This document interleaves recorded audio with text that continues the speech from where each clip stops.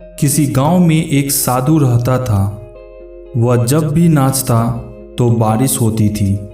गांव के लोगों को जब भी बारिश की ज़रूरत होती थी तो वह लोग साधु के पास जाते और उनसे अनुरोध करते कि वे नाचें, और जब वह नाचने लगता तो बारिश जरूर होती। कुछ दिन बाद 4 लड़के शहर से गांव में घूमने आए। जब उन्हें यह बात मालूम हुई कि किसी साधु के नाचने से बारिश होती है तो उन्हें यकीन नहीं हुआ। शहरी पढ़ाई लिखाई के घमंड में उन्होंने गांव वालों को चुनौती दे दी कि हम भी नाचेंगे तो बारिश होगी। हमारे नाचने से नहीं हुई तो उस साधु के नाचने से भी नहीं होगी। फिर क्या था, अगले दिन सुबह सुबह ही गांव वाले उन लड़कों को लेकर साधु की कुटिया पर पहुँचे। साधु को सारी बात बताई गई। फिर लड़कों ने नाचना शुरू किया। आधे घंटे बीते और पहला लड़का थक कर बैठ गया, पर बादल नहीं दिखे। कुछ देर में दूसरे ने भी यही किया और 1 घंटा बीते बीते बाकी दोनों लड़के भी थक कर बैठ गए, पर बारिश नहीं हुई। अब साधु की बारी थी। उसने नाचना शुरू किया। 1 घंटा बीता, बारिश नहीं हुई। साधु नाचता रहा।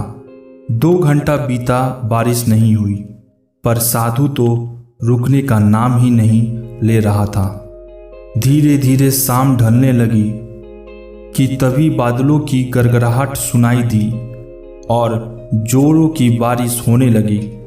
लड़के दंग रह गए और तुरंत साधु से क्षमा मांगी और पूछा, बाबा भला ऐसा क्या हुआ कि हमारे नाचने से बारिश नहीं हुई और आपके नाचने से हो गई? साधु ने उत्तर दिया, जब मैं नाचता हूँ तो 2 बातों का ध्यान रखता हूँ। पहली बात, मैं यह सोचता हूँ कि अगर मैं नाचूंगा तो बारिश को होना ही पड़ेगा, और दूसरी यह कि मैं तब तक नाचूंगा जब तक कि बारिश ना हो जाए। फ्रेंड्स, सफलता पाने वालों में यही गुण विद्वान होता है। वह जिस चीज़ को करते हैं उसमें उन्हें सफल होने का पूरा यकीन होता है, और वह तब तक उसी चीज़ को करते रहते हैं जब तक कि उसमें सफलता ना आ जाए।